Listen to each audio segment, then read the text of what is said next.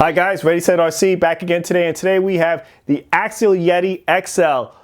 This was one of the RCs that I would clearly say is one of the ones that we definitely wanted to get on the channel for quite some time. Almost like a perfect RC addiction storm, guys, on this one.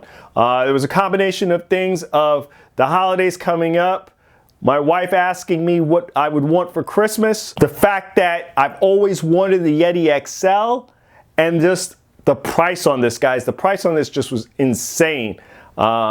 This thing, I don't know if you guys are familiar with the Yeti XL. I want to say the price at one point was going for like $599, maybe even more for the Yeti XL. $250, guys. Horizon Hobby, when we bought this, was $250, or better yet, when my wife bought this, it was $250 for it.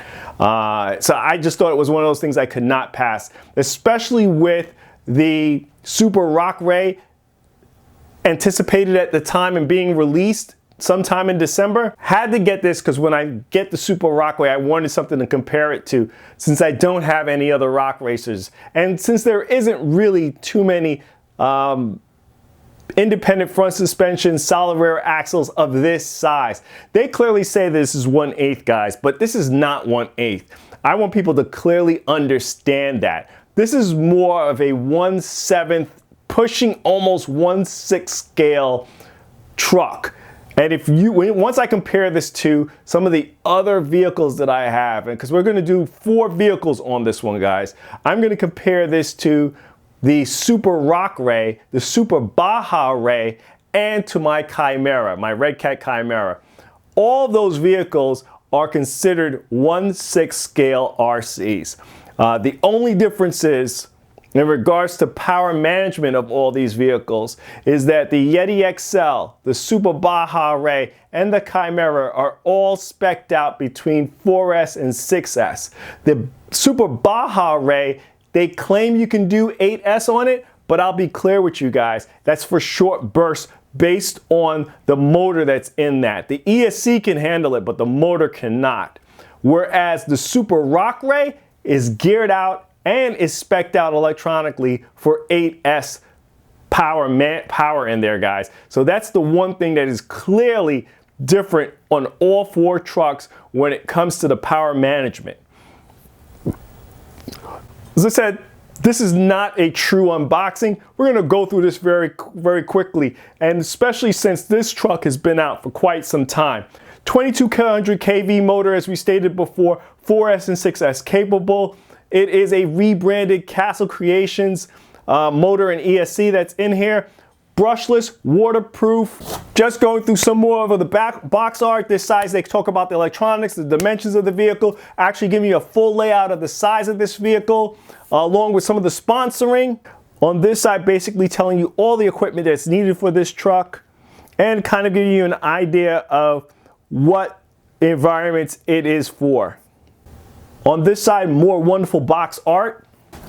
Again, more box art on this side as well.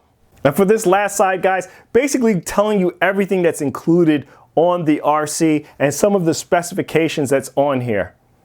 So that's it, guys. Let's get this truck compared against the Super Rock Rey, Super Baja Rey, and the Red Cat Chimera. This truck looks a lot better in person than I thought it was gonna look like. You know, I would have loved to have gotten the kit version, especially with a lot of the upgraded parts that are in there, but it's just not available anymore, guys. I mean, if you go on Axial's site as of today, everything in regards to the Yeti Score, Yeti XL, all have been, even the mini version, have all been discontinued at this point. So it's very fortunate that I was able to get this truck. As I said, my wife had gotten this for me as a Christmas gift. I waited until Christmas to actually open this up. Couple things, guys, so you have full disclosure of what we're doing on this.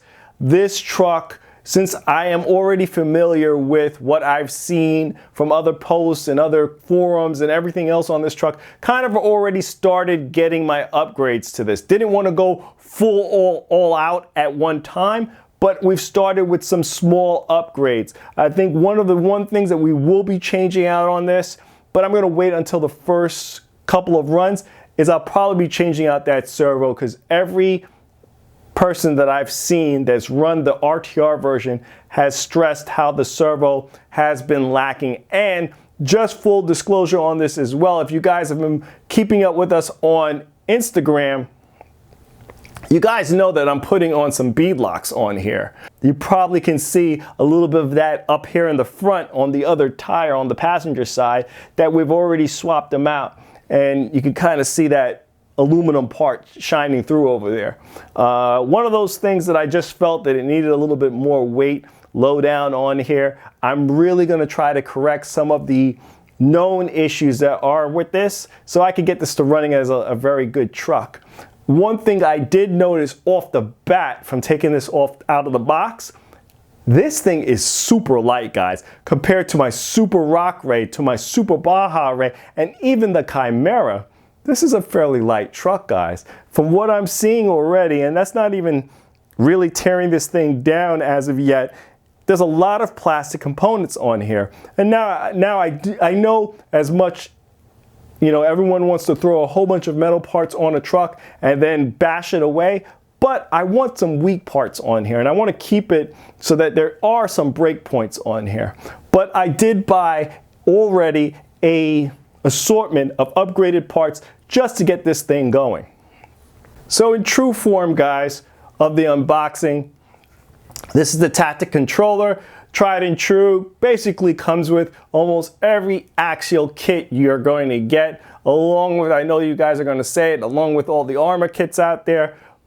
Very good controller, guys. I have not had one issue with these Tactic controllers. You have the instruction manual and the T-wrench that comes with this.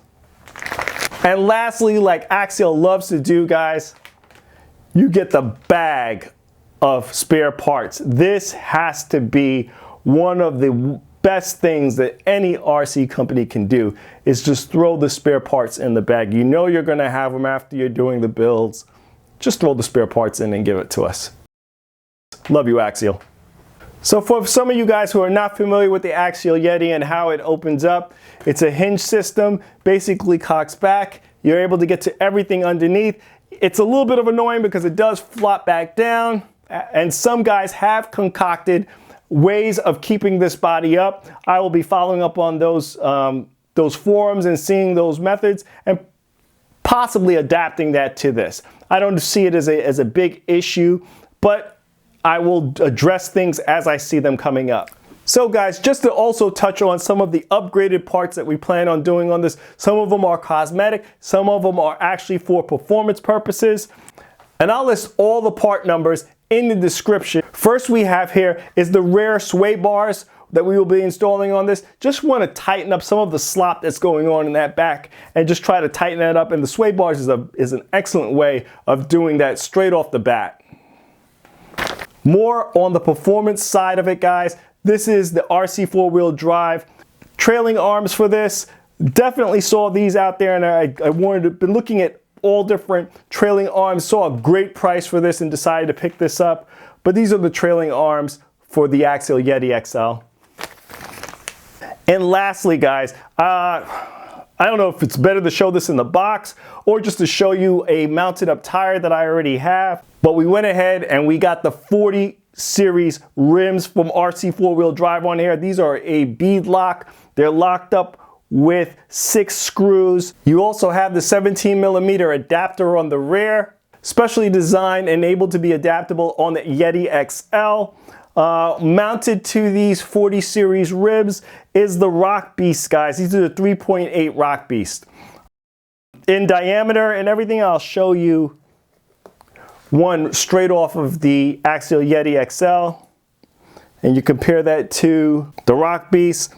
Slightly wider on the Rock Beast, but you have the same height between the Rock Beast and the Yeti XL BF Goodrich tires on here. One thing I will say, guys, much more weight on these. We'll see how that performs. Maybe we'll start blowing out bearings because of it and we'll have to upgrade the bearings. But I will say that there is a tremendous weight difference between the standard Yeti XL wheels and these that we will be adapting to this truck. So for our initial upgrades, guys, that's it. Let's get the comparisons going. All right, guys, here we are. Super Rock Rey, Yeti XL. These trucks are huge, and I'll try to do some overhead shots, guys, so you guys get a better view of what these trucks are. But just lining them up, you have the Yeti XL, which is slightly, ever so slightly shorter than the Super Rock Rey, guys. I mean, when I say it's probably a half an inch, maybe a half an inch difference in length between the wheelbase, guys. Between the two, the width, I will put the two trucks on top of each other. You guys can get the width. And I apologize, guys. I just took the Super Rock Rey out for a run. It's still filthy from that run. I need to clean this up. Tire heights, roughly more on the side of the Yeti XL. Just so you guys are familiar, as I was stating initially in the video, power systems wise, this is 4S to 8S capable. This over here is 4S to 6S capable. Chassis on this, along with some of the some of the tie rods on this are metal, complete plastic, guys. Adjustable links, no adjustable links on the RTR version. If you own the kit version of this, you are going to get the upgraded parts, which would be the links are going to be adjustable, and there are going to be some aluminum adjustments throughout this vehicle on the kit version. But the RTR version, comparing this RTR to RTR, you are going to get predominantly plastic parts on this truck. Some of the other superficial things that you're going to see on here, this one has the light kit on here, a lot of the scale realism. You got to remember, guys, this was a trendsetter. This was the first Blazer when it came to a scale truck of this size, guys. I mean, with the solid rear axle, the independent front suspension. So you're not going to see what this truck has evolved to at this time. I mean, this is just a truly amazing piece of machinery at this point. When you're looking at the Yeti XL, gotta look at it as a vehicle, and it truly is a vehicle that has a few years on it. This is brand new with a lot of the refinements from other vehicles already incorporated into it. But a lot of scaleism is going on the Super Rock Rey. I mean, this truck is amazing, guys. So at this point, let's get these two trucks so you can see some more of the size differences. So as you can see from this shot, guys, the width from one axle to the other axle, roughly the same on here. Not too much of a difference. Not too much of a difference between the two trucks. So you're looking at it with a roughly the same width. So here we are, guys. Both trucks again, one's on top.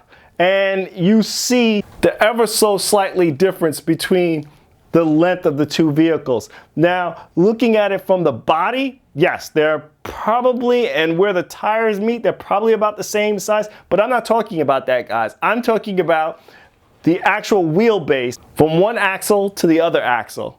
And from on here, you can clearly see that there is a slight increase in the length of the wheelbase of the Super Rock Rey. It is definitely a longer truck than the Yeti XL. Next up, guys, let's get the Super Baja Rey out here.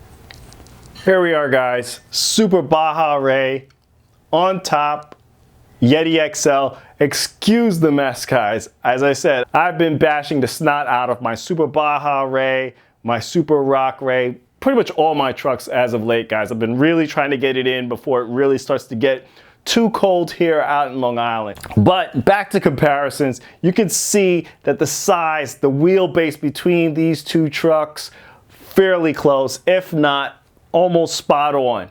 That's the one thing you'll see between the Yeti XL and the Super Baja Rey. A lot closer in the wheelbase between the two vehicles than the Super Rock Rey. Super Rock Rey is a slightly longer vehicle, very slight, but it is slightly longer in the wheelbase. Power management wise, as I said before, this is 4S and 6S capable. This also is 4S and 6S capable, with the one small part about this.